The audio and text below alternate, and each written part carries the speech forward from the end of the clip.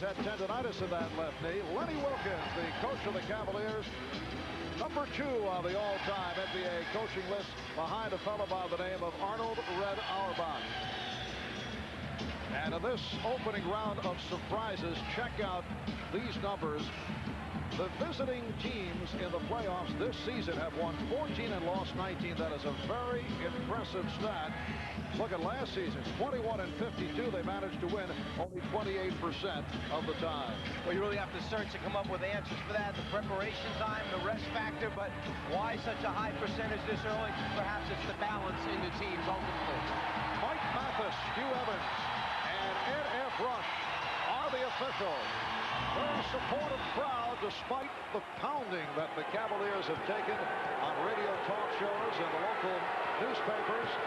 As the Nets control the tip, this is Romeo Robinson, picked up on a switch, then gets it over to Derek Coleman, who shoots over Nance. Rebound handled by Morris. One thing that the Nets will try to do is control tempo this afternoon. They came out in game 1 and tried to run and establish an up-tempo. It was not to their advantage. The block by Doherty, and the Cavaliers to the offense for the first time. Elo from 3. Rebounded by Mahorn, and that outlet pass went astray. Rick Mahorn tried to unload for Romeo Robinson. One of the strengths of this Cavalier defense all year has been their ability to change or block shots. Brad Doherty, not what you would consider a big-time shot blocker, gets his share right there. Cavaliers calling out a play. Petrovic on Elo. Here's Doherty backing Mahorn. And Mahorn with the rebound. Rick Mahorn has had a bout with the flu over the last week. Says he's feeling much better. Not expected that Rick Mahorn would be the starting center, but the injuries to Sam Bowie and Chris Dudley have put the Nets in this position with Dwayne Shinsis coming off the bench to spell Mahorn. That's a three-pointer for Chris Morris. Mark, you can say what you want about Derek Coleman being the main guy for the New Jersey Nets, but to me, if they are to win today, Chris Morris has to step up and have a big game. When he plays well and performs on a regular basis and gets them numbers, they win a lot of basketball games. Good play by Morris to knock it away, leading to this. Robinson was fouled. Fouled by Elo. Yes, Chris Morris Friday night in that stunning Nets victory in Game 4 had a 9 for 12 for 22 points, along with 10 rebounds and 4 steals. You just don't know which nights Chris Morris is going to show up and play. Some nights he's out there, plays as well as any All-Star does. Other games, it seems like he's on vacation. But he understood the importance and the contributions he makes to this team, and they play at a different level, it'd be a completely different story. Well, there is the feeling that Chuck Daly did reach Chris Morris a bit more this year because he was playing well and then had a bout with the flu, and then his quality of play did drop back down, and it has raised here in the playoffs. Elo. Cavaliers with their first basket. The Nets lead 5-2. And one thing Lenny Wilkens stressed to this team in practice yesterday was they must execute their offense, patience, pass the basketball, try and get your shots as a result of the offensive flow and movement. When you have a big man like a Brad Doherty that can pass the basketball as well as he can, you can run little backdoor plays and get easy scores like Elo did. Brad Doherty was called for that foul. Mahorn handles the inbound. This is Morris. Played up tight by Sanders. Mike Sanders, a very strong defensive player. Morris isolated and fires. That's a bad shot. Yeah, I mean, you pound it, you pound it, you pound it, you pound it, you back them down, and then you turn around and you shoot a 22-foot fadeaway. Not a good shot. Doherty saw the opening. Nets 5, and the Cavaliers 4. This a net team that went 43 and 39 as Petrovic was called for the push-out. The pressure of Craig Elo, who during the course of the year got a pretty tough job guarding the two men in the NBA. Michael Jordan, one of his main adversaries, Drazen Petrovic, I would think a little bit easier to guard. Nice move by Nance, switching hands in midair. That pass picked off by Sanders. Here's Price for Nance. Yes, run by Cleveland. They now lead 8-5. They've scored 8 consecutive. I was mentioning that Lenny Wilkens had a couple things he emphasized yesterday. One was to get back in transition defense, too many 3-on-2s for the Nets. The other was to get shots for Larry Nance in the flow of the offense, not just post them up in isolation.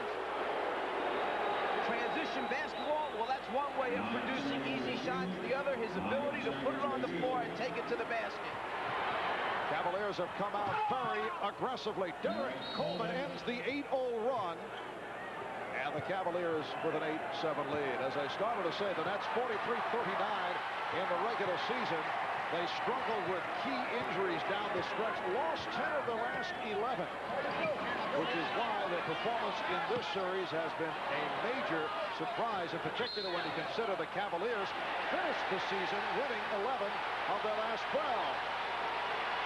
Pushing foul called on Petrovic, so that's a quick 2 on Petrovic, and he will sit down. Rafael Addison, third-year player from Syracuse, has checked in.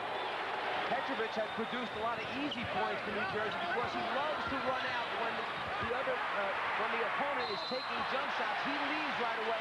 It was causing Elo to pay attention and match up with him. He's out of the game right now. Foul on Mahorn, and Sanders will go to the line.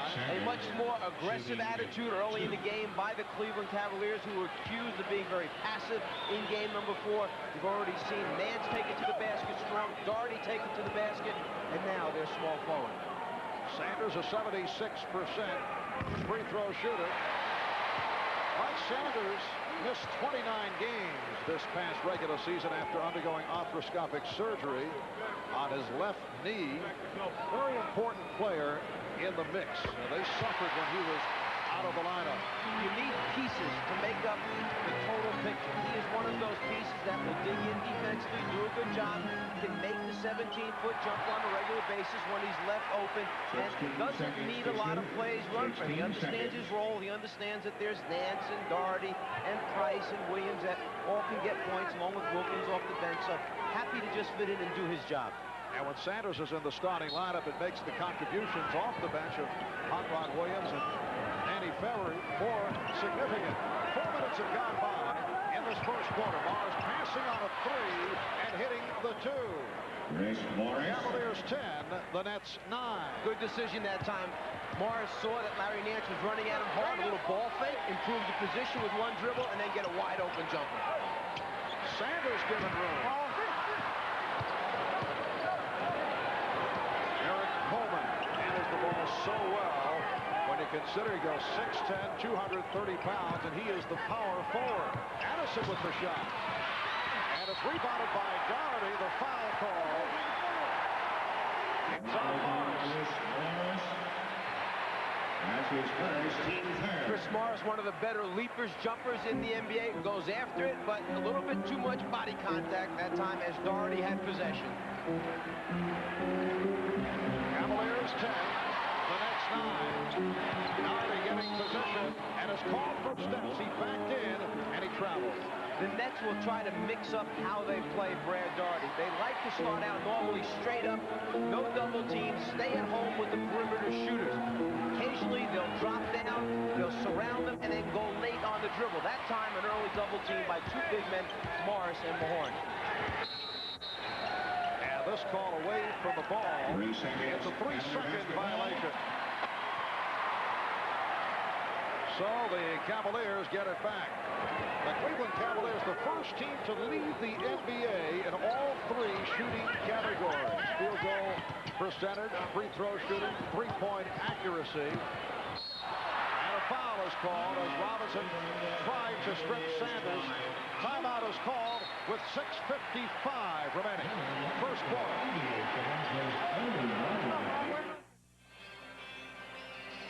As we mentioned right at the start, even the New Jersey Nets are surprised to be here in a 5th and deciding game against the Cavaliers. We talked about that with Nets coach Chuck Daly.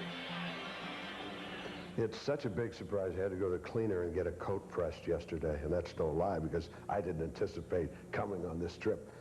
This club is a very, very good club. I think they've been lulled to sleep a little bit by our injuries, and but when you've got a franchise player, which I call Derek Coleman, you know, in a game, anything can happen. He gets 9 blocks in one game. Phenomenal. And you got to be frightened of a guy like that. You hire a Chuck Daly because of what he's accomplished in the NBA, because of the fact that the man has been a winner all along. But in the Nets case, one of the primary things they did was bring a guy in that they felt could get to a Derek Coleman. One of Chuck's first things when he got the job was to fly and meet with Derek Coleman and explain to him just how important he was going to be to this Nets organization. You know, Mike, people also forget that Chuck is a one-time head coach of the Cleveland Cavaliers, perhaps a 93-day stint that he'd like to forget about previous management, hired by then Cavaliers owner Ted Stepien, who had a colorful reign here in Cleveland. Daly was fired after 93 days and a record of 9-32. Did not have the personnel to work with. Ramil Robinson cuts it to a 1-point Cavalier lead. But Chuck still talks about that as being, you know, that first opportunity in the NBA, something new. You move over to the other seat instead of being an assistant. And he said the thing he remembers most, the people in Cleveland, that they were great fans. Nice move on the recovery. Addison hits the reverse, and the Nets lead by 1. As Chuck Daly had been a long-time assistant in Philadelphia after success as a head coach on the college level. Nice play by Addison. Robinson with the move on Price, and a blocking foul. It's on Price. There again, one of the things that Lenny Wilkens mentioned prior to the game, we have to get back in transition defense. The Nets caught us too many times, outnumbered 3-on-2. Price trying to pick up the offensive foul, instead is called for a block. Now, in the last time out, Ahmad overheard Lenny Wilkens telling the team that we must get Mark Price involved in the offense more. I talked to Mark Price prior to the game, and I asked, are you getting good looks at the basket, or is it just that you're not getting enough shots? He said, I have not had a lot of clean opportunities. They're doing a pretty good job. They're paying attention. The other thing, his thumb is really bothering him. Price in game 3, 2 of 12. Game 4 Friday night, only 5 of 14. And he has been struggling with his shooting. He sprained the thumb back in early March in a game against the Seattle Supersonics. With Mahorn talking to Brad Daugherty. Here's Sanders firing. Recovered by Nance. Air ball. Ramil Robinson moving back. Robinson with a gorgeous move around Elo, but it would not fall. Price for the fadeaway, and he is pushed. So Price, no, let's see, they changed the call. Offensive foul. It's on Price. That's his second. Scorers, players that get points, will do anything to break his stride. That time he tries to draw the contact. He leans in with that right shoulder. An unusual call at that part of the floor. Of course, angle is everything in making those types of calls, but there's the official on the baseline who got a real good look at it. So 2 early fouls on Price, 2 early fouls on Petrovic, who sat down after picking up his second. And a new backcourt for the Cavaliers. Terrell Brandon and Gerald Wilkins have checked in. Lenny Wilkins going with a 3-guard setup. Craig Elo will move up front to match with Raphael Addison. Illegal defense has been called for the first time. One adjustment now with Terrell Brandon on the floor for the New Jersey Nets. With Price, they trap wall pick and rolls. With Brandon on the floor, you'll now see the Nets go underneath the screens and try and make Brandon hit jump shots from the perimeter. Not as much respect for the outside shot or range as Mark Price gets. Coleman played on a switch by Wilkins. The Nets 14 and the Cavaliers 12 with just under 5 minutes remaining first quarter. Fifth and deciding game between the Nets and the Cavaliers. Chicago waiting in the wings. Nance with the jump hook to tie the game at 14. There's the guy that Lenny Wilkens feels he must get off and get involved in the offense. He'd rather not do it by straight post-ups, but if the end result is going to be 2 points, he'll take it. Robinson tried to do it off the dribble, but got stripped. The steal by Brandon, and he threw it away. He threw it behind Elo. You will occasionally see Ramil Robinson make some bad decisions or not handle the ball because he's not a true point guard. He's over in that role now because of the injury to Kenny Anderson. And one of the reasons why Atlanta made the deal of Mookie Blaylock for Ramil Robinson, they felt they needed a point guard who had pass-first mentality, score later. Nice touch by Rick Mahorn. That's not easy to accomplish. Mike, would you jump up there and knock the ball down? I was just going to mention the same thing to you. Shooter's touch, well, there it is. That touch lands right on top of the backboard. Hey, Craig Elo shaking the basket to get it down. You know, back to my days in the schoolyard, Mike. Oh, my goodness. We had to use another ball when the ball would get stuck, particularly on the rim. Oh, you were leaping after it? Gives it back to Elo. The defensive player was able to get back to Elo and challenge because it was just a short drop. They really didn't double team Doherty hard. It's a wait and read situation, so when it goes in and comes out, the defense can still get back and challenge the shooter. 3.5 remaining in this first quarter. Nice entry pass throw. Derek Coleman with his second field goal, and the Nets with a 16-14 lead. Played by Coleman. Wilkins trying to flash down low, broken up by Morris.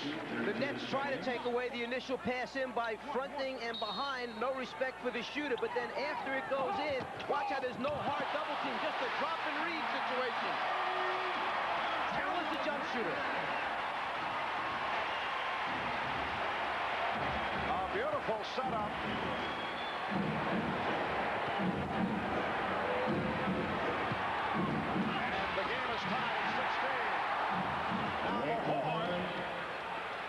Gives an 18-16 lead. Brad Doherty able to hit on that last inbound play. So the Nets lead by 2. Here's Doherty. And back comes Morris.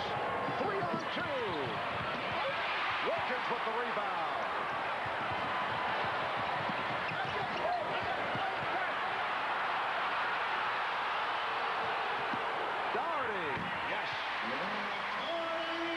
Ties the game at 18.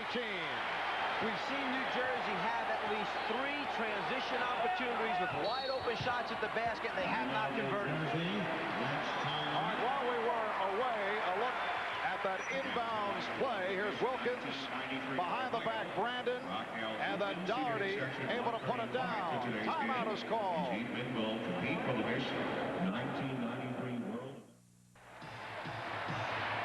2:09 remaining. First quarter, Nets and Cavaliers tied at 18. Cavaliers have had major problems in this series, and you can see why, as their normal production has dipped in the playoffs. Whether you credit the fact that New Jersey has dug in and played very good defense against them, or the fact that you have a couple guys who are injured and banged up out there that aren't shooting the ball and scoring as well. Larry Nance, Mark Price is an example. The fact remains they are having a difficult time scoring points off an offense that normally is most difficult to stop. Wayne Shetsis and Maurice Cheeks have checked in for the first time. Addison not able to hit the three-pointer. John Hot Rod Williams now up front with Brad Doherty and Larry Nance, Terrell Brandon, and Gerald Wilkins in the backcourt. Brandon played well by Cheeks. Shot clock at 7. Williams. And Coleman getting the good position on Nance. Talking to Chuck Daly, he said Maurice Cheeks in game 4 was vintage Maurice Cheeks. 5 out of 7 from the floor, just gave him valuable minutes. Great decision maker, and he knocked out the big open jump shots when he had to. Addison with another nice move. Raphael Addison off the bench. He's played well. Originally a second-round pick of Phoenix out of Syracuse. Played in Italy for 3 years, then signed with the Nets as a free agent. He's been a spot starter. Wilkins coming up short. And here comes Cheeks. 1 minute remaining, first quarter. The Nets Nets with the ball, lead by 2. Shinsis does it again. Wayne Shinsis played 25 minutes on Friday night, hit 5 out of 8 for 10 points. In his 4th year out of the University of Florida, originally a first-round pick of San Antonio. In 1990, spent a year with the Spurs, one with Sacramento, dealt for Antoine Carr, and then signed him as a free agent this season. An injury hit year, played only 5 regular season games, and Mike, he's made it back from lower back surgery. Well, I don't know how you feel about it, but right now, as Derek Coleman said, we have nothing to lose. We're going to be loose and easy and just go out there and have fun. That's the way it looks right now with New Jersey. Here's Brandon. The Nets lead 20-20, half minute to go in this opening quarter. 36-year-old Maurice Cheeks handling against Terrell Brandon and sets up Derek Coleman. Yes. The Nets by 4. 17 seconds left in this opening quarter. Derek Coleman shooting almost 55% in these 4 games against Cleveland. Is leading this Nets team. 2 for 3 last game from the 3-point line, so he's got it all going right now, inside and out. There's Brandon. Time running out. First quarter. So a solid first quarter for the upset-minded New Jersey Nets. They lead the Cavaliers 24-20. Derek Coleman with a 3 for 6 start for 6 points. We'll be back after these messages.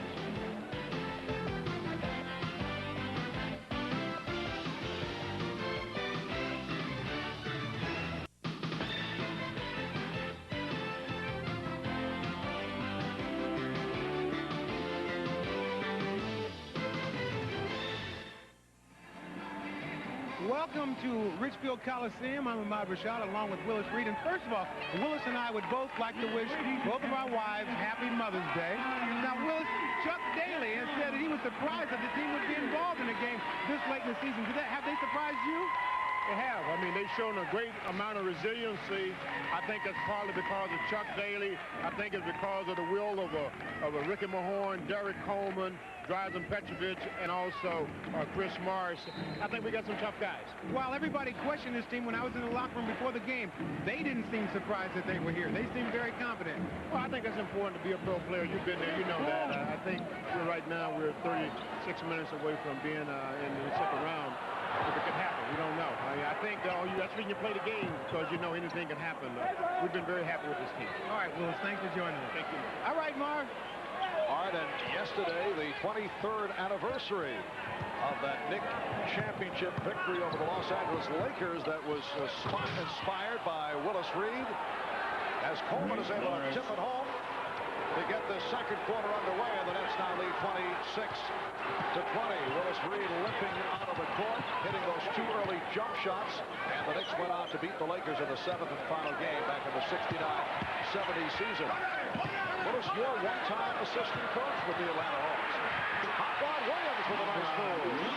The greatest years when I was coaching in Atlanta, when Willis Reed was part of that staff, along with Brendan Sir, now Chuck Daly's assistant coach, did a wonderful job working with the big people, really helping in developing Kevin Willis.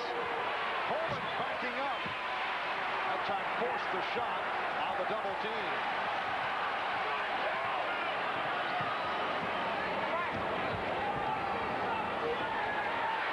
Now Doherty puts the move on Shinsis, and the foul is called.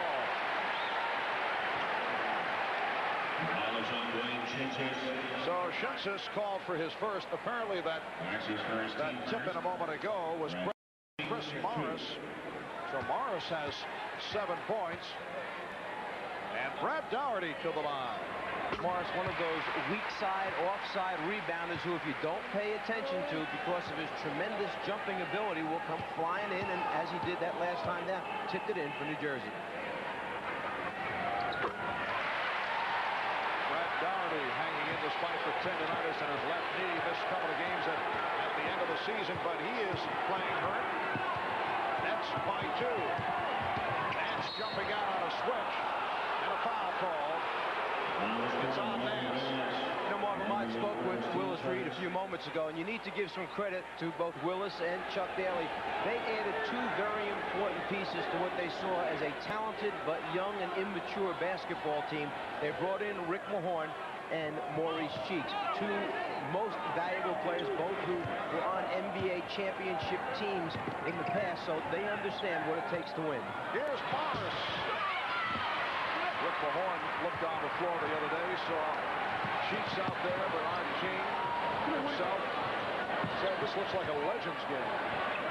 But the veterans have helped, particularly with all the injuries that have cut the Nets down at the end of the year. Doherty has tied the game at 26. He now has 10 points. A great example of the unselfish play that the Cavalier team has used the entire season, the willingness to give it up to the next guy for a better shot. 6-0 run by Cleveland. Morris. And Doherty for the rebound. Brandon with the hesitation dribble. Rejected by Coleman. They both go down. Appear to be all right. Now, on most teams, when you get a player at 6'10", that makes him strong move to the lane, he's going to shoot this shot, but not Larry Nance. He sees his teammate, Doherty, is wide open, more than willing to give it up. And when you talk about team defense, you get your 6'10" power forward, hustle him back, it saves 2 easy points. The NBA on NBC is brought to you by Toyota, who reminds you to always buckle up. Do it for those who love you. By AT&T, the official telecommunications company of the NBA. And by Coors Light, the silver bullet is the right beer now. Just before the timeout, after hustling back, Derek Coleman blocks the shot and then trying to avoid Terrell Brandon. Lands on that right ankle awkwardly and turns it a little bit. He gets up, limps off as they go to the timeout. Met with his trainer. However, he is okay and will return to the game. And the Nets have certainly been hard hit by injuries throughout the season. An impressive array of injured players traveling with the club. Sam Bowie and Chris Dudley and Kenny Anderson all on the Nets bench out of action.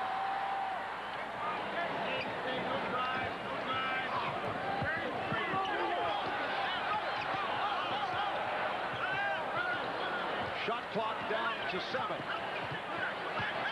Here's Brandon. Cavaliers lead by 2. That's the one player that the Nets were counting on, would have to prove he could make outside shots. He's hit 2 big jumpers for Cleveland. 8-0 run by the Cavaliers. Shinsis. Dwayne Shinsis again. That is his second field goal. And the game is tied at 28. I asked Chuck Daly when he first signed Dwayne, were you nervous at all taking a chance? He said, well, I was until I saw the first commitment. He was willing to cut his hair when he came into the office to have a meeting. I felt then that he was ready to take the next step in maturity. Nets and Cavaliers tied at 28 with 8.5 remaining in the first half. Marv Albert, Mike Fratello, Ahmad Rashad from the Coliseum in Richfield. Shinsis backs up. And that time came up short. Mark Price sitting down after picking up his second foul. Last touch by Shinsis. And Drazen Petrovic went out early after collecting his second foul.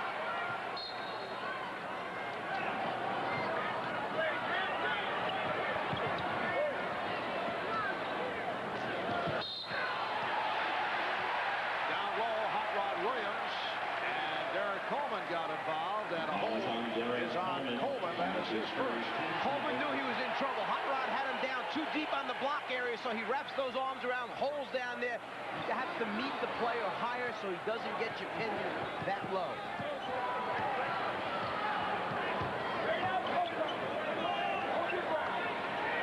Now Nance off the head fake. Cheeks over to help. Here's Brandon. Yes. Brandon has connected on 3 of 3. The Cavaliers 30, the Nets 28. One thing Lenny Wilkins had hoped he could do would be produce shots through the motion and movement gone to 3 straight post-ups to try and hurt New Jersey's defense. Foul on the Cavaliers. Brandon came over to help. And that is his first. The inside game, the body contact. Check those cutters coming across. Don't give them a clear path to that post-up area, the box area, as Coleman works hard down low.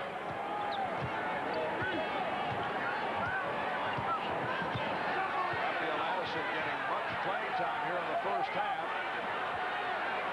And Cheeks in the backcourt. Brandon again over to help. He was looking for the open man, and Brandon with the steal. Nance. And Morris may have got the piece of it. We talked about the athleticism of a Chris Morris. Hustles back, gets the block. If you hold the ball too long down in the post area, those hands are eventually going to get to you and produce the turnover. The great hustle by Morris, and then on the dunk attempt, all basketball. Mike Mathis blowing the whistle at center court. They've reset the clock. Apparently they had not reset the 24-second clock. That's why he called for the stoppage. Willis Reed just sat down, stood up to question what was going on himself. A spectator, a fan, but part of the Nets organization. He wants it to be the correct call. As Willis 3 rows deep right behind the official scorer. And when he stands up, you know it's Willis. But nobody yelled out, sit down. Hot Rod Williams. Yes. Cavaliers lead by 4. It's their biggest lead of the game. From the crowd with 6:40 remaining. First half.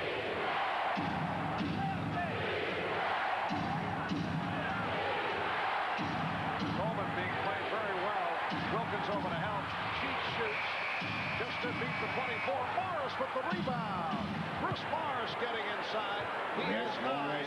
The Cavaliers now lead by 2.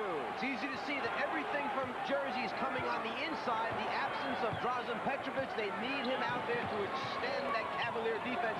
Right now, it's a very aggressive Cleveland defense. Here is Wilkins. Rebounded by Nance. And the Cavaliers regroup. Williams from Doherty. The Cavs 34, the Nets 30. This is the front line that Chuck Daly feared would hurt them. The big front line of Nance, Williams, and Doherty. The Nets call for time with 5:45 left in this first half. Mark Price with 2 early fouls has played only 6.5 minutes in this first half. Drazen Petrovic has played only 4 minutes after collecting 2 early fouls. And here comes Petrovic. As you see, New Jersey 0 for 4 from the perimeter, as you were mentioning. Petrovic, 3rd best in the NBA at shooting it from behind the three-point line, a 45% three-point shooter. And during the regular season, a 52% field goal shooter. In the playoffs, just 46 and just 40 from the three-point line. But they need him to extend the defense. And he was able to get the pass to Coleman, a dangerous pass, but it got through the Cavaliers. Drazen Petrovic, coming off a knee injury, is still not himself in terms of his mobility. Now to 5:20 to go in this first half, and the Cavaliers lead 34-32. Look at a 4-point lead. Nance with 8 points. That's a perfect example of getting the shot as a result of running the offense and staying in what Lenny Wilkins was trying to get him to do. Patience, cutting, screening, ball movement. Coleman on the recovery. A look away to Shinsis. Rebounded by Nance. The shot blocking ability of Larry Nance just caused Shinsis to back off a little bit. He didn't take it strong to the basket. Crowd wants Doherty to go at Coleman, try and pick up a foul. Shot clock at 7 is Brandon. He's able to hit again. He's held the hot hand. Terrell Brandon has connected on 4 of 5. The foot fake, the escape dribble just gives Brandon enough room to get that jumper off. And for the first time today, we see the matchup of Gerald Wilkins and Drazen Petrovic, who usually go at each other fiercely. Coleman lost it. pass from Brandon, and Doherty called for steps. He thought he was fouled. It's a traveling violation. Petro, known as a shooter, takes a turn at getting an assist, fires it, just gets it through the Cavaliers' hands for the assist to his big man. And then a no-looker. Unfortunately, the travel takes place first, so no free throw opportunities for Doherty. Bill Robinson is back. Robinson and Petrovic now to go. Another unbelievable shot by Chris Morris. Incredible shot selection by Morris. Wilkins, yes. Gerald Wilkins going last, and the Cavaliers lead 40-32. Derek Coleman, Chris Morris have to watch out that they don't try to do it all themselves. Get the other players involved. You're drawing special attention. You have to realize that. Coleman. And back come the Cavaliers looking to bust it open. They've outscored the Nets 20-6, so they are in the midst of a good run. You said it after Morris' shot. Too many quick perimeter shots right now for New Jersey. Patience, get it low, double team, kick out to the open shooters.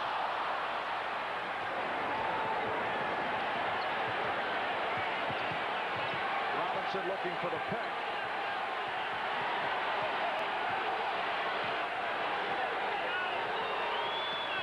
Coleman with the post up, and fouled by Williams.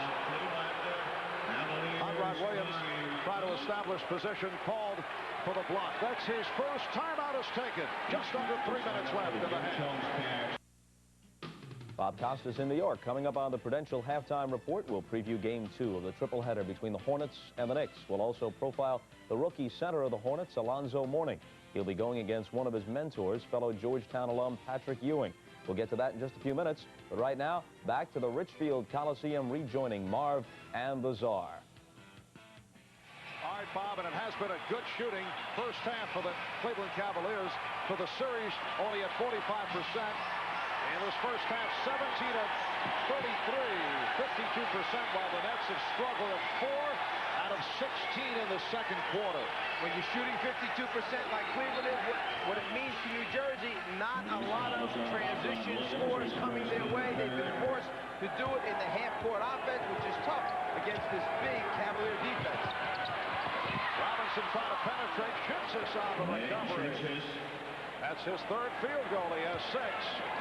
Cavaliers 40, the Nets 34, 2:35 remaining in the first half. Mark Price has been on the bench during this good Cavalier run, picked up the early fouls, but Terrell Brandon has shot very well. Here's Brandon left open. Yes! He is 5 of 6 for 10 points. And Lenny Wilkins is riding Terrell Brandon. He feels that right now this guy is doing as good a job as you can expect. Price has been struggling. Stay with the hot hand. Terrell Brandon in his second NBA season out of the University of Oregon. He has 10 points. He and Doherty have a high point net. Chris Morris with 11. Basketball, Chris Morris. And he's the leading scorer for the Nets, who now trail by 6. New Jersey only 29% from the field in the second quarter after the good shooting first quarter. And you can see the Cavaliers just under 70%. Wilkins against his good friend Petrovic. That's a goaltend. The basket will count. Ever since Gerald Wilkins' days with the New York Knicks, he and Drazen Petrovic have just gone at each other in the trash talk department. As you look at the goaltend called on Schitzes, it's gotten to the point, though, with Gerald Wilkins that it upset the coach, Lenny Wilkins, and he had to pull him out of a couple of games earlier in the series. Lenny feels it distracts Gerald from his game. Gerald also feels that the notoriety that he's received because of it has caused officials to look at his game a little bit differently, coming down on him with maybe a quicker whistle than they normally would. He thinks the media has taken it and blown it out of proportion. Mike Mathis over to the scorer's table with an explanation.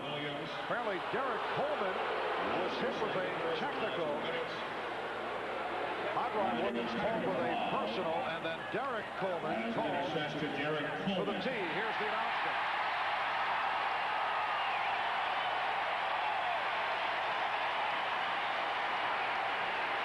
first time in the series that Derek Coleman has really lost his composure. Everyone had been writing and talking about how he has basically just gone out and played the game and done his job. It starts down in the low post area, jockeying for position, back and forth, the bump, the shove, and then after the technical foul is called, Chuck not real happy with it. Cavaliers by 9. As we come up on a minute to go in the half, Robinson recaptures. And Wilkins pushes it down. The lead for Williams. Ron Williams not able to stop it. And that was good communication between Wilkins and Williams. Brown wanted to travel on Petrovic, but it was deflected out by the Cavaliers. In transition, keep your heads up, lay it out there, let your big men go get it. Hot Rod just can't control it enough to finish off the dunk attempt. 48 seconds left in this first half. Fifth and deciding game between the Nets and the Cavaliers. Morris with the wide open shot. 13 for Chris Morris. Cavs 45, the Nets 38. It's one of the few times that Jersey has gotten the basket as a result of ball movement. Swing it to the open man, get a wide open shot, don't force it. Doherty with the jump hook. Coleman with the rebound. 20 seconds left in the half. Nice lead for Ramil Robinson, but he blew the layup. Fourth layup that Jersey has missed in transition here in the first half. 10 seconds to go in the half.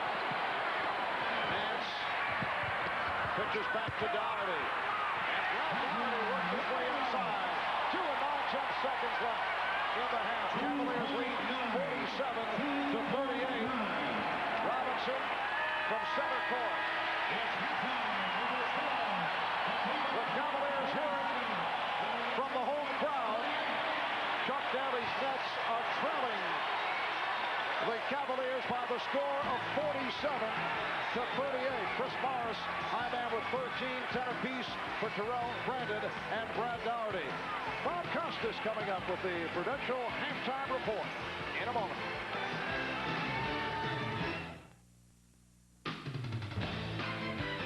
This is the Prudential Halftime Report, brought to you by the Prudential.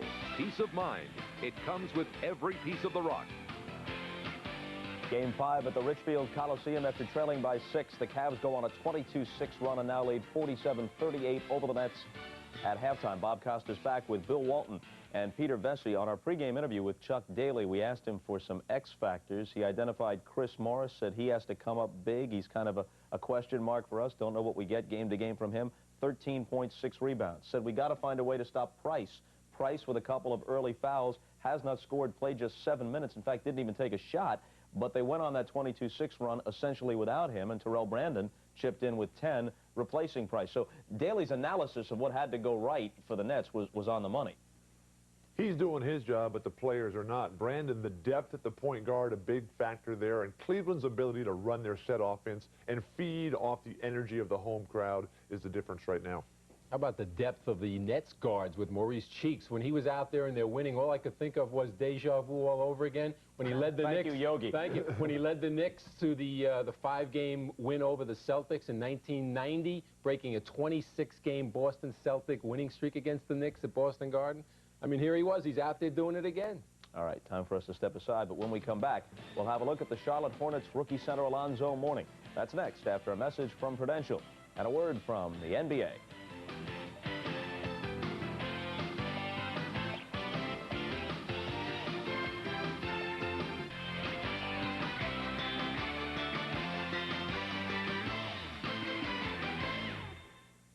The second of our 3 games today will be the opening game of the Knicks-Hornets series. Not surprisingly, the matchup drawing the most attention is at center between a couple of Georgetown guys, Alonzo Mourning and Patrick Ewing. Mourning has shown the same fierce competitiveness that has long been Ewing's trademark. Peter Vesey spent some time this week with the Hornets rookie. Here's Pete's report. A lot of people sit and dream about being a great player, but are not willing to get off of their butts and do the things that they have to do to acquire that. Alonzo understood what it took to be a good player and then developed the emotions and the strength in order to do that. Up top to Mourning. 20-footer!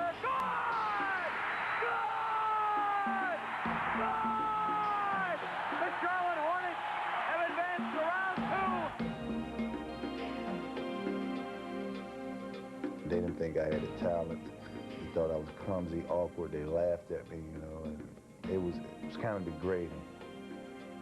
I think that's how I developed that competitiveness and that work ethic and working hard, because I was out there trying to do better, trying to prove to people that, hey, I can be better, I can do this, you know, and I can accomplish any goal that I put my mind to.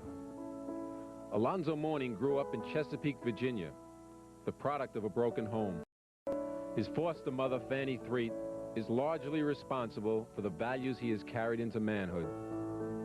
She took me in and she treated me as though I was her son. And then she brought me up through the latter part of my younger years, in my junior high and high school years, and she taught me the things I needed to know about life. But his education was not complete. At Georgetown, Alonzo was instantly the big man on campus. It was there that he became involved with some negative outside influences. You know, you had problems early on. There was that talk about you hanging out with some drug people. Just explain what happened there. I just got involved in the wrong crowd, and I was around the wrong people. And this guy, he had been under surveillance for about 3 years, you know, so anybody that was around him was caught in any type of pictures or anything of that nature. So it was dumbness on my part. I mean, I was dumb, and I didn't know any better, and it was just guilt by association. And I was just in the wrong place at the wrong time. I think he's had some bad influences in his life who were willing to give him information too, but Alonzo became mature enough to understand that this is right and this is wrong, this is good, this is bad, this is what I need to go on, and that's a sense of maturity. But I think he's had several people in his life, in high school, several people in college who were very eager to contribute to his life. A major contributor is today's opponent, Patrick Ewing. He has long been a motivator and role model for Alonzo, as well as serving as an off-season sparring partner. How intense does it get during the summer between you and Patrick? It gets very intense. How intense? You gotta ask Coach Thompson. You ask Coach Thompson how intense it gets. It gets very intense. A lot of times Patrick comes around during the summer and he's consistently working out, and Alonzo adjusted his schedule to Patrick, shows his intelligence so that he could learn to play basketball the way Patrick Ewing could play. And I'd hear him out in the gym, and in my office, which is right off of the gymnasium, I would hear this commotion going on a lot of times, and I'd come out and look, and the two of them looked like they were ready to go to blows. They would be arguing and fussing and yelling at one another, and I'd walk out of the gym and tell them that if you guys don't cut that out, I'm going to put you out of here. You got to get out of here. And all of a sudden, intelligent human beings couldn't count to 15.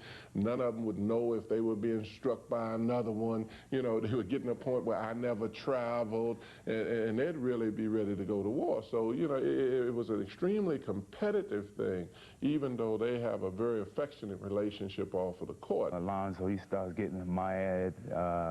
He starts foaming at the mouth. He has like a vein, I think it's in his forehead, you know, the vein starts popping up. So, you know, we all, you know, everybody start laughing, teasing him, and say, you know, calm down, calm down. You're going to watch the rivalry continue during the next playoff series? Well, very definitely so. I think that I'm going to look at it. I've contemplated going fishing and coming back home and asking somebody who won.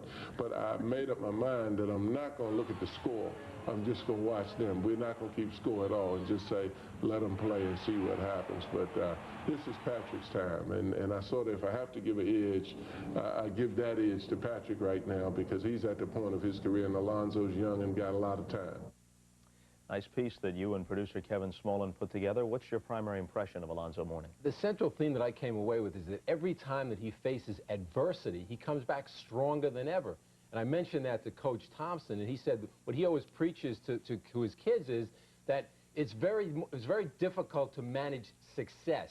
It's much more easy to manage the adversity that goes on in somebody's life. So we're going to see how Mourning makes out handling the success that he's going through now.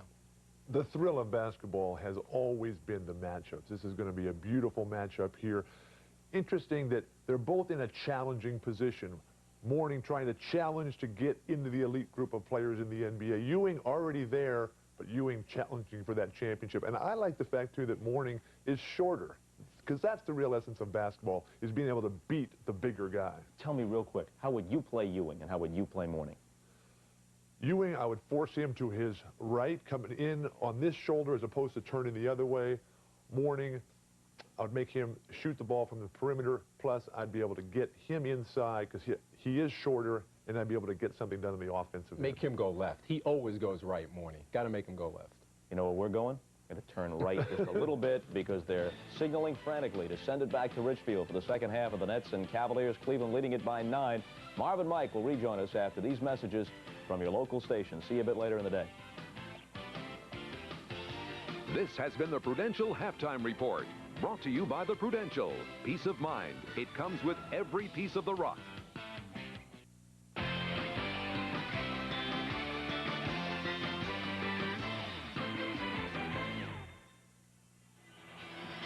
With two-time defending NBA champion Chicago awaiting the winner at halftime. The Cavaliers lead the Nets in this fifth and deciding game by the score of 47-38. Marv Albert, Mike Fratello, Ahmad Rashad, and Ahmad is with Nets coach Chuck Daly. All right, thanks, Marv. Chuck, down by 9 points at halftime. What kind of adjustments do you make? Well, the most important one is we've got to move the ball. We're holding onto the ball, not swinging the ball. Secondly, we're not getting in our offense quick enough. Our point guards are delaying too much. And you got to get stops, but you can't shoot 39%. The other guy's building it help to beat him. How about your transition game on Friday? It was working so well. Yeah, I thought we did a pretty good job early. We played it. We're playing really hard. It's a typical fifth game. We just got to get more done offensively. All right, good luck to you in the second half. Thank you. All right, back to you, Marv. All right, thanks, Ahmad. And you look back at the first half, the Nets, Mike, able to break it open in that second quarter with a 20-6 run, and that gave them the substantial lead. Well, part of the problem for New Jersey is the big men have taken too much upon themselves to try and do the scoring, because I think they feel the outside guys right now are struggling. 3 for 14 when you combine the 4 guards for New Jersey. Last game, those 4 people were 19 for 38, 50% from the floor. A lot of shots, a lot of productivity. It's not there right now from the backcourt in New Jersey. Yes, Drazen Petrovic picking up the 2 early fouls, as did Mark Price, who did not get much playing time in the first half. A look at the Miller Genuine Draft halftime statistics. New Jersey 7 of 22 in the second quarter, while Cleveland turned it with that 12 for 19. Terrell Brandon 5 for 6, 10 points off the bench. In the rebounding department, Cleveland with the slight edge. They have been sparked by Brad Dougherty, who has 10 rebounds along with his 10 points. Both teams are back on the floor. We're getting ready for the second half. We'll be back at the Coliseum in Richfield in a moment.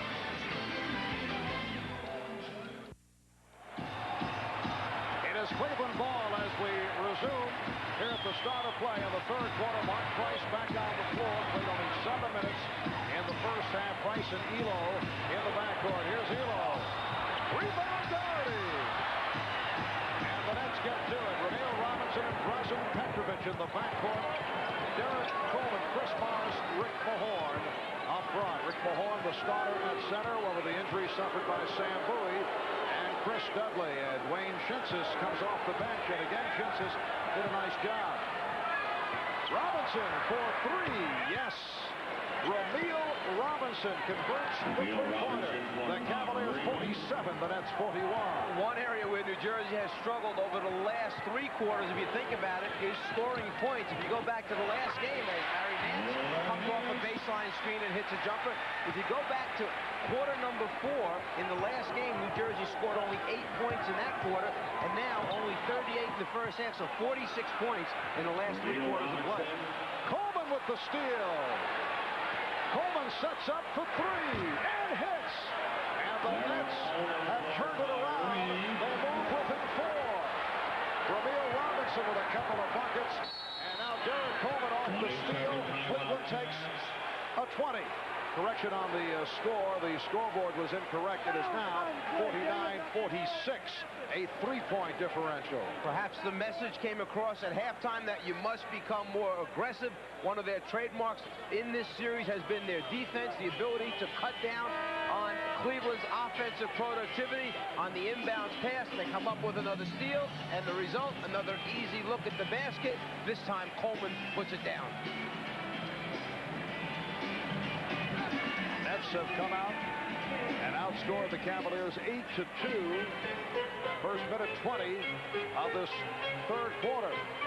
So Lenny Wilkens taking the quickie 20-second timeout. Nets have hit their first 3 shots, including the three-pointer by Ramil Robinson. Nance. He has 13. When the ball is being entered from that far out on the perimeter, you cannot stand behind in the low post. There's no reason for it. It's a most difficult area to try and throw any lob. Take away the post look, come around in front a little harder. Petrovic having difficulty getting his shots. Elo. Robinson back. Nice move by Elo to free himself up. And you said it, you hit it right on the head. Because Drazen Petrovic knows he's having a problem getting shots off. He only had 1 shot attempt in the first half. He forced the last shot. They didn't need that shot from Drazen. Coleman lost it. Good play by Williams.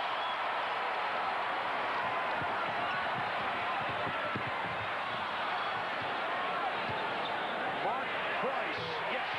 And that is his first field goal. His first shot attempt. Cavaliers 55. The Nets 46. Robinson with a beautiful ball fake, but not complete it. But that goes back to that mentality that Ramil had in Atlanta of shoot first, pass later. You're right, it was a nice ball fake. Unfortunately, nothing came good as a result of it. Well, a 6-0 run by the Cavaliers, and they now lead by 9. Mark Price, with only 7 minutes of playing time in the first half, had no field goal attempts. He hits his first one. The reason for it, Terrell Brandon, 5 out of 7, played very well for Cleveland. Elo. Doherty on the ball. Stripped by Petrovic. Elo tries to draw the foul. No call made, and Drazen Petrovic comes up with his first field goal.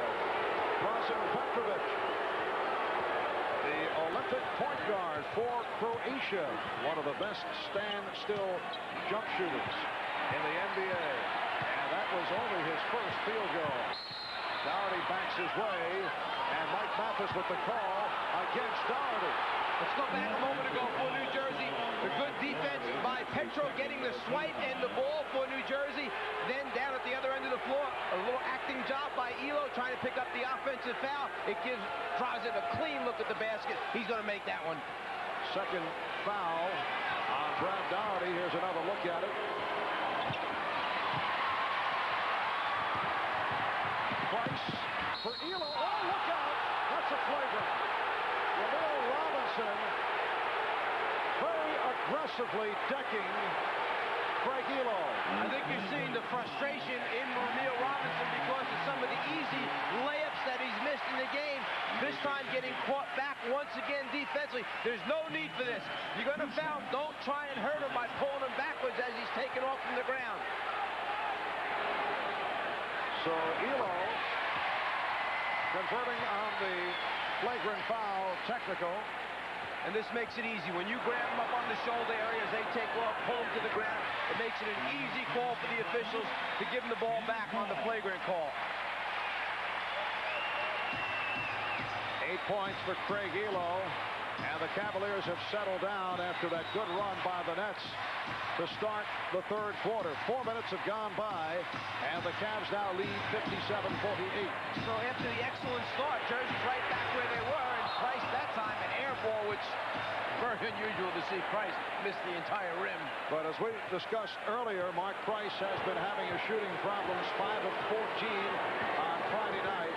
And then in game 3, he shot 2 of 12, and he's now 1 for 13 from three-point range. That's a three-point attempt by Robinson. Loose ball foul called on Mahorn. Let's go over to Ahmad Rashad. All right, Marvin, speaking about Mark Price, I talked to him before the game. He said that thumb is bothering him, especially when he's shooting. It's listed as a sprained thumb, but he told me he has a torn ligament in it that he doesn't think is going to get well till next summer. He just has to play through it. Mark? Part about that injury suffered back in early March in a game against the Seattle Supersonics.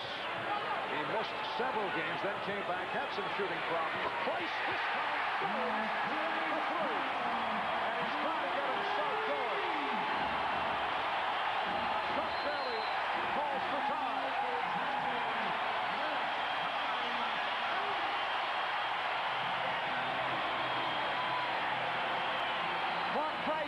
a guy that usually has a whole lot to say, but he knows he's been struggling. He needs something to get himself going. Maybe it's just talking a little trash for Mark Price. The NBA on NBC is brought to you by Ford and your Ford dealer. Have you driven a Ford lately? By Performax from Pennzoil, the new synthetic motor oil that protects to the max. And by Pepsi. Gotta have it.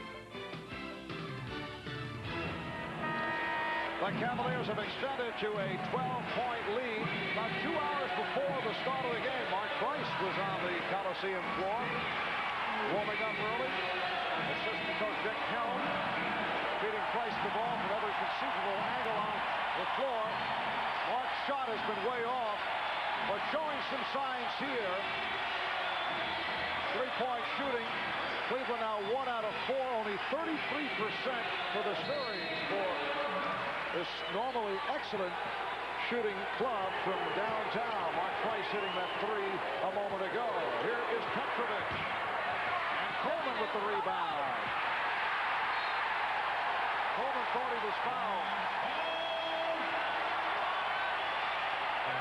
This is a big Cavalier front line. It's not easy to get a good look at the basket. It goes off of Derek Coleman's back. And as we notice, New Jersey struggling, shooting under 40% from the floor right now. Keep in mind the fatigue factor. These players, because of the injuries, have played a lot of minutes.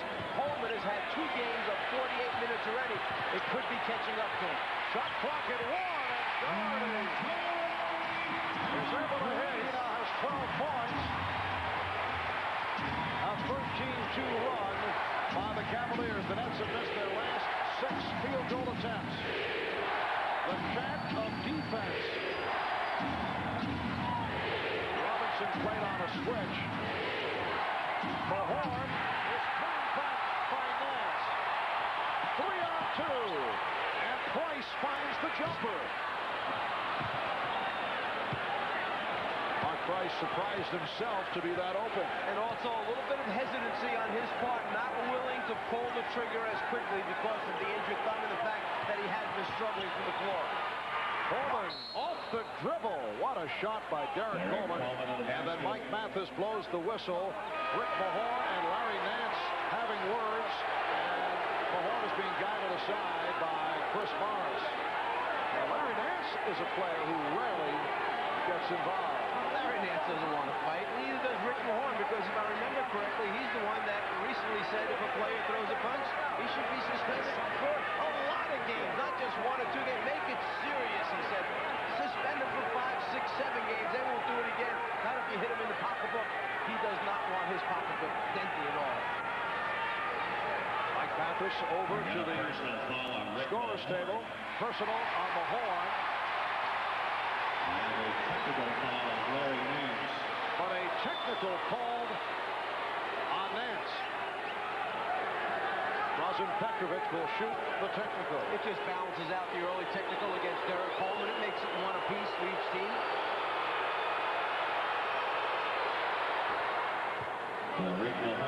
Cavaliers 62, the Nets 51. Let's go back to Ahmad. All right, Marv, that whole thing started between Nance and Rick Mahorn early in the 3rd quarter when Mahorn gave Larry Nance a strong shot to the chest. I guess that was a little payback there. And here's Nance. Rebounded by Coleman. The Nets now have missed their last 7 field goal attempts. Drazen Petrovic with only 3 points in this game. He's averaging 17 in this 4-game series. And Coleman will go to the line. Fouled by Williams. Every once in a while, Derek Coleman takes it upon himself to try and do too much. He gets very frustrated if he feels that the other guys are not pulling their end of it. He then tries to really exert himself, and instead of helping, it can hurt the team. Here's Coleman. Strong drive. He has 15. Mike Sanders getting set to check it. Here's Price. Derek Coleman came up hobbling. Derek Coleman now handling the ball. They were supposed to trap that last pick and roll situation. After the shot, Chris Morris looked back at his teammates, gave him the signal of closing it down, trap on Price. It's Terrell Brandon. They go underneath the screen, not Mark Price. Coleman launches a three, a bad shot. And Elo took a check from Morris, and the crowd wanted a foul, but nothing called. Replacing Hot Rod Williams. Hot Rod Williams sits down, replaced by Mike Sanders. Well, there's going to be contact if Elo steps in the way of Morris. Morris is entitled to chase the ball down. It's a block out. Doesn't matter where you block out, whether it's near the rim or on the out-of-bounds line. As you're watching the ball go out, you have to expect body contact if you step in the path of the opposing player. 4:47 remaining in the third quarter. Cavaliers lead 64-53. They're able to turn it around in the second quarter, outscoring the Nets 27-14. The Nets shooting only 7 of 22 from the field in that second quarter.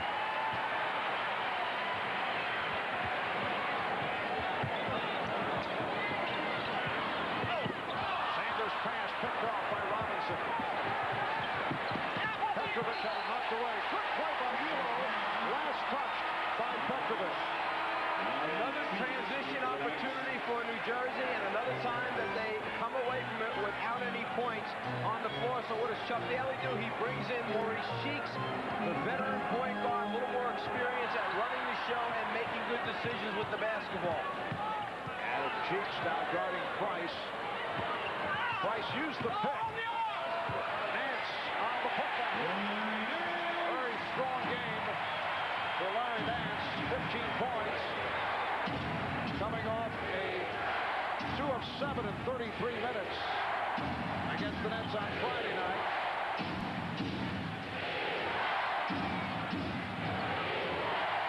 Shifts to the fadeaway. He was hacked by Doherty. That's 3 on Brad Doherty.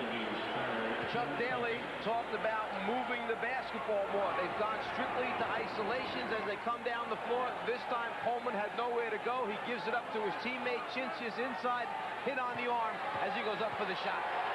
Trying to encourage his team to stay with it. Stay with it. We'll make a run somewhere, but you have to stop him at the defensive end. Well, during his 5 games in the regular season, Wayne Chinchis went to the line only 3 times, hit all 3. Comes up 0 for 2 here, but Cheeks able to get to it. Just under 4 minutes remaining in the third quarter. 5th and deciding game. The Nets surprisingly tied at 2 apiece with the Cavaliers, coming off the stunning win on Friday night. Coleman, yes. Eric Coleman has gone all the way once again. He played 48 minutes in that 96-79 victory on Friday. Coleman has 17 points. The Cavaliers lead by 11. Nance wide open. Rebounded by Mars. That 17-point win, the largest playoff margin of victory in the Nets NBA playoff history. Coleman, yes. For the Nets, that was their first road win in the playoffs since back in April of '89. And they need a road win here today to survive. Lenny Wilkins takes a timeout. Cavaliers 66, the Nets 57, 2:56 left in the third. Just a reminder that we've still got 2 games after the Nets and Cavaliers have finished. The Knicks and Hornets will begin their best-of-7 series at Madison Square Garden.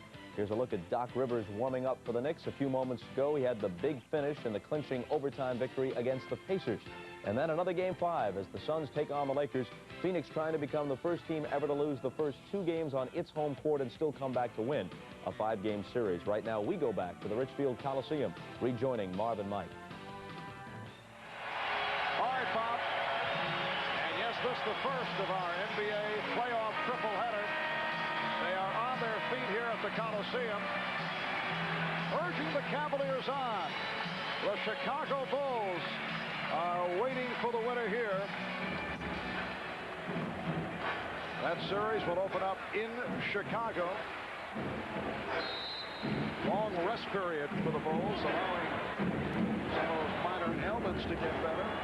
They're writing in the paper that just by going 5 games, it's given Michael Jordan a chance to get that ankle better, Scottie Pippen to feel healthy. But if you read the Chicago papers, Bill Jackson said a week off is way too much. Mark Price with 9 points, so he has scored all of his 9 points in this third quarter. Derek Coleman has had the hot hand of the third with 11 of his 19 in the third quarter. And a foul is called off that change of direction by Maurice Cheeks. It's called on Nance. It'll be a second. That is 2 on Nance. Here's Hot Rod Williams. For Larry Nance, 15 points, 5 rebounds, 2 block shots for Nance. Morris, Coleman, and Shevsis up front. Cheeks and Petrovic in the backcourt. Lazar Petrovic has been quiet, has not been able to locate his shots. Got in the early foul trouble. Not play much in the first half. Shevsis, and it's tipped. A beautiful tip. A reverse tip by Morris. It's the Nets' best offense right now. Get it up on the glass and give them a chance to offensive rebound and put it in. Cavaliers 68, Nets 59. Flashback, 2 minutes remain, third quarter. Just under 2 minutes left in the third. Elo for 3. Yes.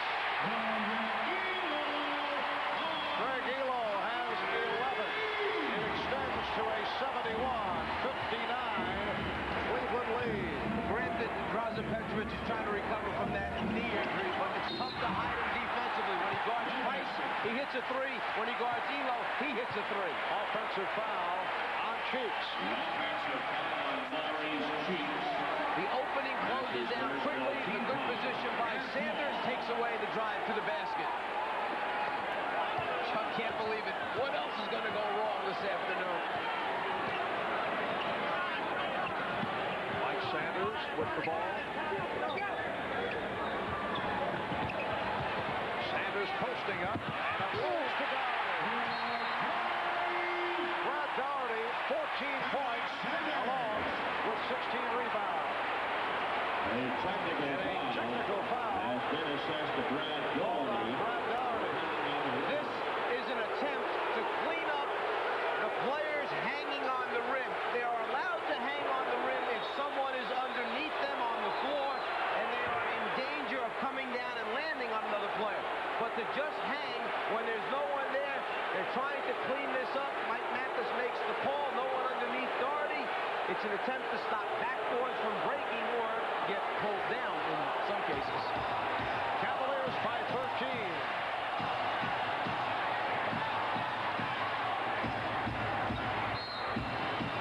And a foul on Williams. That is on Hot Rod Williams. That is number 4 on Hot Rod. During the season series, the Nets and the Cavaliers split 4 games, each team splitting at home. Cavaliers have won 15 of the last 16 against the Nets here at the Coliseum, 18 of 20, including the playoffs. This is a Net team that won 43 and 39 of the regular season. Injuries killed them down the stretch, and they lost 10 of the last 11. So they have surprised by making it to this 5th and final game as Coleman comes up short on that 3-point attempt. On the other hand, Cleveland with a 54-28 record in the regular season. Second in the Central, 3 games behind the Chicago Bulls. Cheeks off the steal. The NBA's all-time steal leader gets it down for Morris. Rebound Coleman. Now the crowd reacts. They wanted a technical call on Coleman for hanging on the rim. Coleman was hit with a tee earlier. The next would mean his departure. Down to 15 seconds. Remaining in the third. Cavaliers by 11.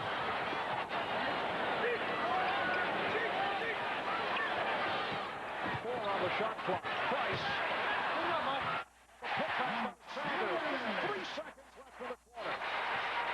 Morris from center court. At the end of 3 quarters. Well, Brad Doherty lifting his Cavaliers. 14 points, 17 rebounds, 7 assists for Doherty. And Cleveland leads by 13. We'll be back after these messages and a word from your local station.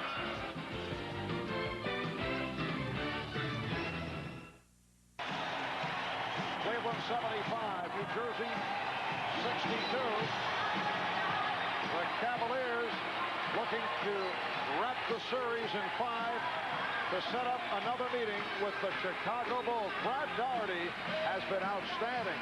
14 points, 17 rebounds, which ties a Cavalier playoff record, and 7 assists. Brad Daugherty considered to be one of the finest passing centers in the game. I mentioned earlier that Chuck Daly feared the big front line of the Cavaliers. Well, right now, between Chris Morris and Derek Coleman, no free throw attempts for either one of them up to this moment right now, which would be the first opportunity for either one of those big guys to get some points on the board from the foul line. Big front lines tend to intimidate teams, tend to make teams turn into jump shooting teams rather than taking it strong to the basket. This time, Coleman rewarded. Hot Rod Williams called for the foul as 5th. He will be replaced by Larry Nance. Correction on a statement earlier when we were discussing the possibility of a second technical foul called on Derek Coleman. I know you checked it with the official, Mike Mathis. Larry Nance. Had he been called for hanging on the rim, which would have been a second technical foul, in that case it would not have meant ejection because it was not a technical for an unsportsmanlike act. So the Cavaliers would have been able to go to the line to shoot the technical, but Coleman would not have been ejected. There you have it. Obviously, nothing needed by me to be added to that. That's exactly the case. It must be 2 unsportsmanlike teams to be ejected from the game. An official does not have to necessarily wait for the second one. If the first one is bad enough, you're gone right then, in his opinion. But for hanging on the rim, no for an offensive player. And Mark Price has certainly picked it up. He has 11. A little foul on the inbound pass, the smack on the top of the head as Jersey was inbounding the basketball. Craig Elo reached in and hit him on the top of the head. If you want to carry that rule a little bit further, if a defensive player hangs on the rim and blocks a shot as he's hanging on the rim, that is unsportsmanlike, and he will be ejected if it happens to be his second technical. So we'll be looking for that play. Yes. Yes, something I used to do quite a bit. Hang on the rim and block shots. Illegal defense has been called for the second time against the Cavaliers. Drazen Petrovic spending much time at the line shooting technical fouls. This is his 3rd attempt. He hit the previous 2. Drazen only 1 out of 5, though, from the field. Cavaliers 77, and the Nets 65.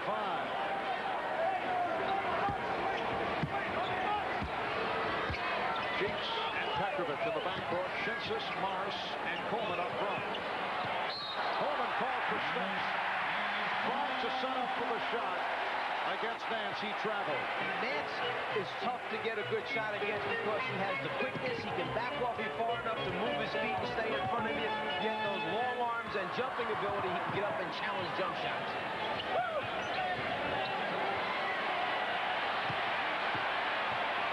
Doherty. And Shinsis with the rebound.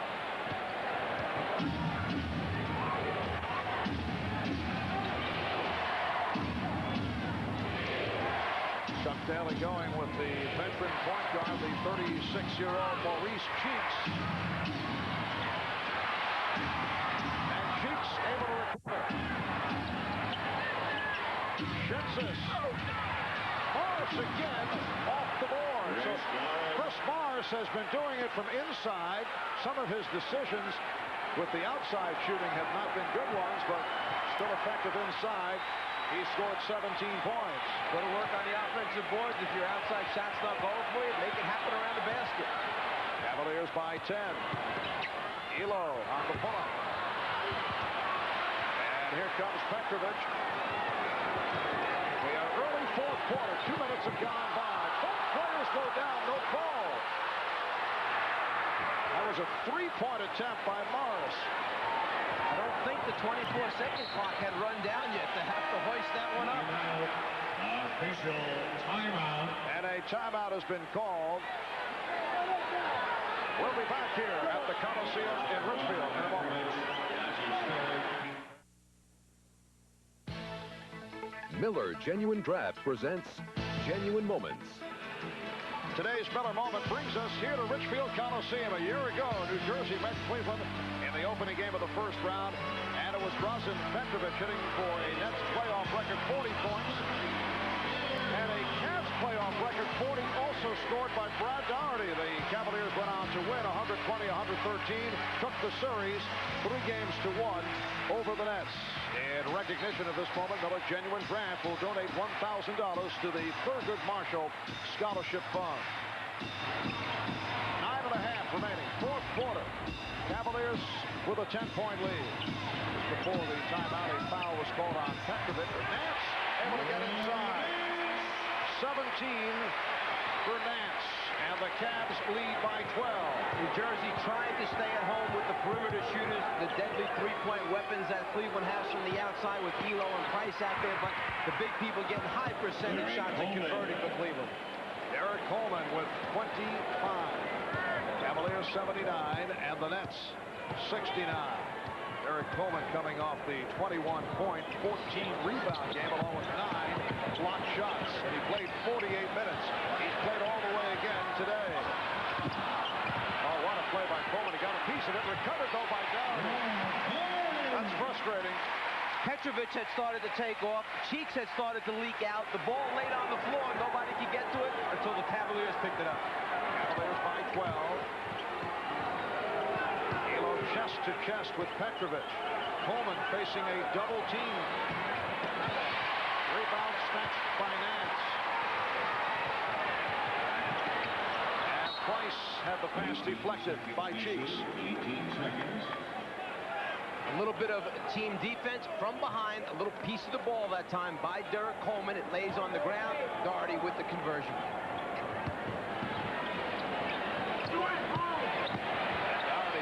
Good position. Schultzis unloads for Petrovic. And that's what Drazen Petrovic had been doing in the 2 wins against Cleveland. It's something that Lenny Wilkins reminded Craig Elo about time and time again. You must stay with him. He runs out and releases early on the shots. Price, quick release. Sanders missed the tip. And here comes Coleman, battling with Nance, who's called for his 3rd foul. When you get the forwards who have the ability to rebound and bust out and start the fast break, it's just that much more of an advantage for the team trying to get into transition. Charles Barkley so good at taking it off the glass, starting the fast break for Phoenix. That time you saw Derek Coleman, the power forward, doing it for New Jersey. Cleveland committing its 3rd team foul.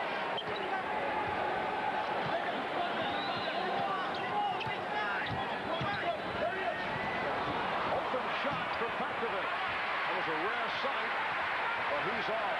He's 2 of 7. Nance on a pull-up. Sanders. And Morris with the rebound. Nance with an opportunity to get back into it.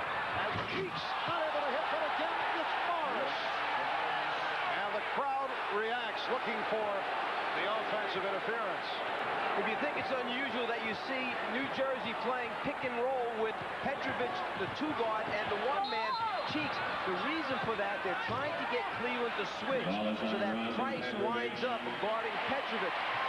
Cheeks in transition lays it up on the rim. If it's coming off on the way down, then you're allowed to take it and put it back in as Morris does. The officials felt that this ball had come off the front, was below it, therefore you can take it back up and over the top and in. Go back to Chuck Daly's days in Detroit when he used to play pick and roll with Joe Dumars and Vinnie Johnson setting the screens for Isaiah Thomas to get that mismatch. The Nets foul on Petrovic. He has 4. Illegal defense is called. Illegal defense. Timeout. Cleveland. Cavaliers timeout. And Cleveland takes a timeout. 6:50 remaining, 4th quarter. The NBA on NBC is brought to you by Mazda. Mazda, it just feels right. By Miller's Sharps. Miller's Sharps gives you great beer taste anytime. And by Valvoline Motor Oil. People who know, use Valvoline. Cavaliers with an 8-point lead on the Nets in this game 5 of this best-of-5 series that is tied at 2. Recapping Game 1, Cavaliers win going away as they hit 7 of 10 from three-point land. Game 2, Nets with a 101-99 victory here at the Coliseum. The Nets shot 55%, led by Derek Coleman. In Game 3, the Cavaliers do it 93-84 at the New Jersey Meadowlands. Cavaliers with a decisive edge off the boards. And in Game 4 on Friday night, that was the stunner. 79 points, a Cleveland franchise playoff low as Derek Coleman carried the Nets to the victory. So it has come down to this. And the Nets are down by 8 with 6:45 remaining in the fourth quarter. Cavs have missed their last 5 shot attempts. Only 3 of 11 in the fourth quarter. Shot clock is at 8. And here's Williams. Offensive foul. Hot Rod Williams called. That's his 6th. And that is his 6th. Excellent job that time of stepping up by Derek Coleman, not trying to block the shot. He felt he had gotten there in time. He held his position. He had Williams on the run. And Derek Coleman is shaken up. As Coleman gets there ahead of time, he establishes position. He's willing to take the contact. It's the elbow that hits him just below the bridge or on the bridge of the nose area. You've got to get it out in front of the rim. He certainly does that. Timeout is called by the Nets. Just a moment ago, Derek Coleman took a shot from John Hot Rod Williams, who fouled out in the process. Oh, look at the elbow connect on Derek Coleman, who has played all the way. He's gone 42 minutes as a follow-up to the 48 minutes on Friday night, and Derek will remain on the floor. What an effort by the 3-year man out of Syracuse. 25 points, 12 rebounds, 2 block shots for Coleman. Nets very much alive with 6:25 remaining. The Cavaliers lead 81-73. Cavs have led most of the way, taking over in the second quarter, and a foul is called on Nance. When you pound the ball down low inside and are willing to draw the contact, you get the opportunity to go to the free throw line, something that Coleman and Morris did not get a chance to do in the first half. That time, Coleman, taking it strong, gets the opportunities now. At one point, Cavaliers led by 14. They had a 62-48 advantage. That play for New Jersey was designed to free up Drazen Petrovic for the outside shot or let him be the person to enter the ball. They are not doing a good job of freeing him up. At the same time, Gerald Wilkins paying very special attention to Drazen. Coleman, 81% free throw shooter. And the Cavalier lead is down to 6. Cheeks reaching in for the steal. Maurice Cheeks, the NBA's all-time leader in steals, comes up with a big one. The Nets have scored 6 consecutive points. They're trailing by only 6. Just under 6 minutes remaining in the game. Nance knocked it away. Shot clock at 4. Shot clock at 2. Coleman, yes! Just by showing the ball and Nance going for the ball fake, it allowed Coleman to put the ball down with his left hand and get a much better look at the front of the rim. The first time he had no shot at all. The escape dribble is what did it for Derek Coleman. 8 unanswered points. Here's Price. Doherty with the save. Sanders. Sanders getting inside off the save from Brad Doherty to end the 8-0 run, and the Cavaliers have an 83-77 lead. It's one of those big defensive rebounds that Dwayne Shinches could not come up with. Doherty saves it. It gives 2 points to Cleveland. Shinches tried to back tap, and a loose ball foul is called. Picking the pocket of Mark Price, Maurice Cheeks gives the Jersey Nets a chance to come up with another score. Then by ball fake, get him in the air, put it down. It gives a clean look to Derek Coleman. Mark Price has to be very careful with the ball as he's guarded by Maurice Cheeks. Doherty, gorgeous jump hook by Brad Doherty, avoiding the block. He has 18, Cavaliers by 8. New Jersey is trying to wait to the last moment, but they're waiting a little bit too long to come over and give help on Doherty. And Doherty upset as he is called for that foul. Foul is on Brad Doherty. That's his fourth. When Brad Doherty gets the ball this low, this close to the basket, Coleman starts to come. Morris just misses the block, but it's a little bit too late. He's too much for Dwayne Shinsis to handle. At the defensive end, he tries to get over on top side and get a piece of it. Probably was called for that left hand wrapped around the waist of Derek Coleman. Derek Coleman has hit 5 out of 5 from the line. Doherty picked up his 4th. And 4. Williams is fouled out. Coleman with 30 points. He has had another splendid game. 4.5 remaining. 4th quarter. The Cavaliers 85 and the Nets 78. Chicago Bulls are waiting in the wings. Price hits the foul.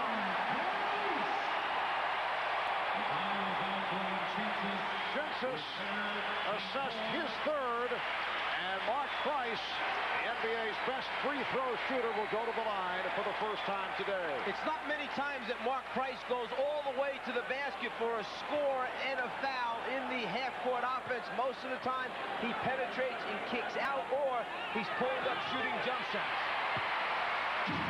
14 for Price. All his points in the second half. And the Cavaliers open up a 10-point lead as we come up on 4 minutes remaining in the game. Cheeks, he's been off. Rebound Morris. Chris Morris controlling the offensive backboard. 21 points, 12 rebounds for Morris. The Cavaliers 88, the Nets 80. Now Wilkins handles against Petrovic. 3:45 remaining of the game. Nance played by Shinsis. Coleman on the rebound. Chuck Daly trying to get him into a situation where he feels they have their best opportunity to score in case they're going to double team Coleman as they do to try and take the ball out of his hand. Morris tried the 3. As well as Chris Morris has played inside with 7 offensive rebounds, and he's been able to convert points. Not able to hit the outside shot. The crowd urging the Cavaliers on. Doherty backing Shinsis. Cavaliers by 10. Just most of the time, he penetrates and kicks out, or he's pulled up shooting jump shots. 14 for Price. All his points in the second half. And the Cavaliers open up a 10-point lead as we come up on 4 minutes remaining in the game. Cheeks, he's been off. Rebound Morris. Chris Morris controlling the offensive backboard. 21 points, 12 rebounds for Morris. The Cavaliers 88, the Nets 80. Now Wilkins handles against Petrovic. 3:45 remaining of the game. Nance played by Shinsis. Coleman on the rebound. Chuck Daly trying to get him into a situation where he feels they have their best opportunity to score in case they're going to double team Coleman as they do to try and take the ball out of his hand. Morris tried the 3. As well as Chris Morris has played inside with 7 offensive rebounds, and he's been able to convert points. Not able to hit the outside shot. The crowd urging the Cavaliers on. Doherty backing Shinsis. by 10. Just under 3 minutes remaining in the game. Chuck Daly wants a timeout.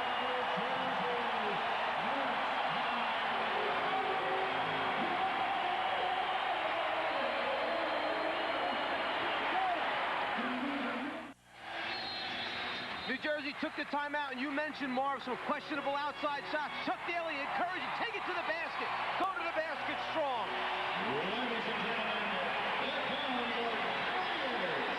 Well, Chris Morris has done most of his scoring when he has either taken it to the basket or he's been able to convert on a putback.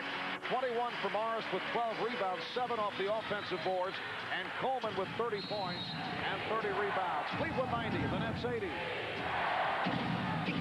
Down to 2:45 remaining in the game. Fifth and deciding game between the Cavaliers and the Nets. New Jersey with 2 and a 20 remaining in the timeout department. The Cavaliers with 3. Brad Daugherty has 20 rebounds along with his 20 points. Facing a double team. Wilkins. Gets to it, but his pass picked off by Cheeks. 2-on-1, and Cheeks was, let's see, was he fouled or did he lose possession? Apparently, you're right now. It is being ruled the ball's deflected out, no foul call. At the last moment, Cheeks was trying to decide whether to pass or take it to the basket. He lost the handle. Fortunately for New Jersey, the deflection off Mark Price. Ball goes back to New Jersey. And now Cheeks sits down. Ramil Robinson in the backcourt now with Drazen Petrovic. Petrovic, yes. That is only his 3rd field goal. He has 9 points. Cavaliers finding the Nets. 82, just under 2 minutes remaining in the game. First of our NBA playoff doubleheader here on the tripleheader, I should say, here on NBC.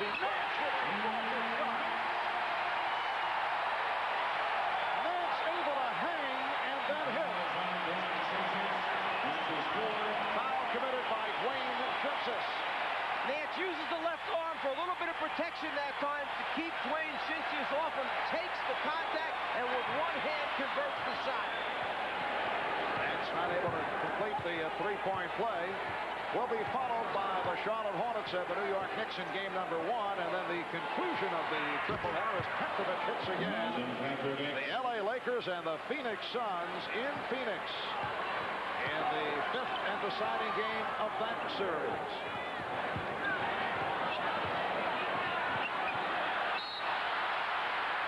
And the foul given by Robinson.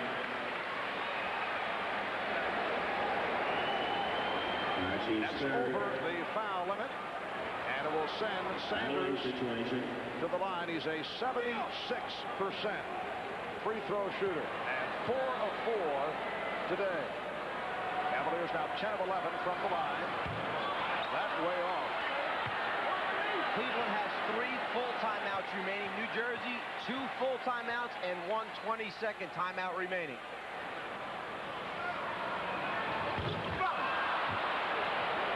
So Sanders missing on both.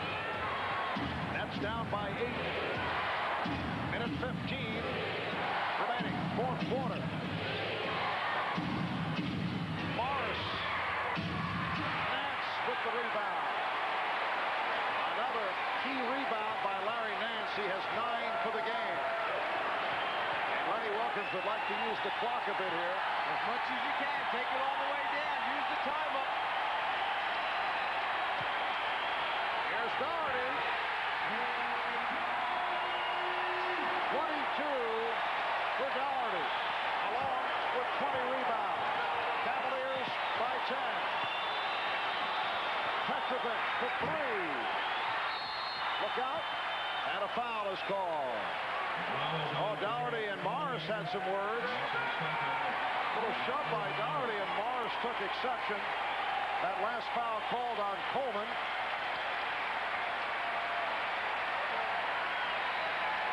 37 seconds to go as Nance goes to the line. The last couple times down, Jersey came right away and double-teamed Brad Daugherty. This time, everyone stayed at home.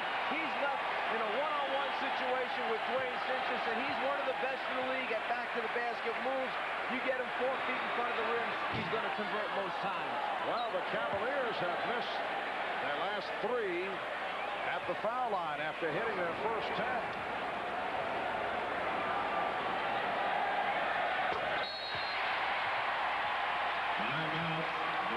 The Nets take a timeout.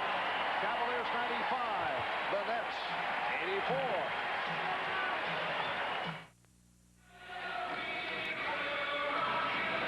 Brad Daugherty with an exceptional game. 22 points and 20 rebounds, along with 8 assists. He hit 10 of 17 from the floor. He has been the key performer for the Cleveland Cavaliers. Look at that stat line. Raphael Addison checking back in for the Nets. 37 seconds remaining in the fourth quarter. The Cavaliers with a 95-84 lead. They have never been able to put the Nets away. It has been another gallant effort by this injury-hit Net squad that has managed to take the Cavaliers to a 5th and final game as Coleman's three-point attempt was blocked.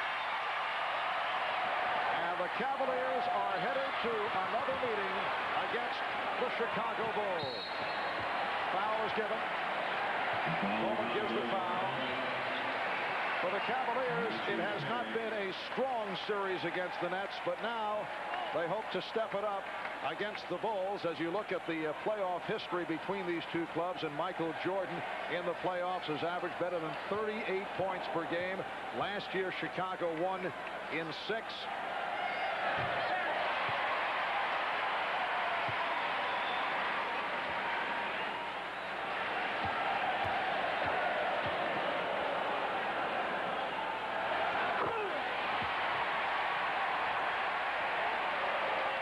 You have to think that Cleveland, after taking the season series from the Chicago Bulls 3 games to 2, feels now that they're past this first-round matchup with the New Jersey Nets, this could be what they needed. Maybe a little wake-up call for this Cavalier team. Winning the season series against Chicago was very important in that 5th game. So going into it, they've got to feel that they can play with Chicago. Phil Jackson saying it's a real rivalry to the people of Cleveland. They boo us from the time we get off the bus to the time we walk off the court. Beating us has become a hurdle for them.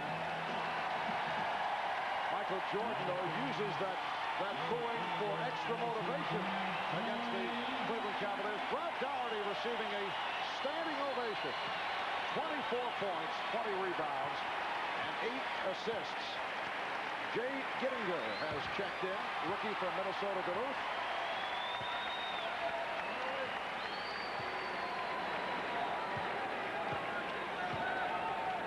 It was not easy for the Cavaliers to defeat the Nets. The Nets extend them to 5. The Cavaliers took a hammering in the local media as Coleman fires and hits the 3. He has 33 points, 7 seconds remaining. Cavaliers now lead 99-89, and a 20-second timeout has been taken by the Nets. Well, coming up here on NBC, Game 2 of the triple-header, the Charlotte Hornets, led by Alonzo Mourning, going up against Patrick Ewing and the New York Knicks.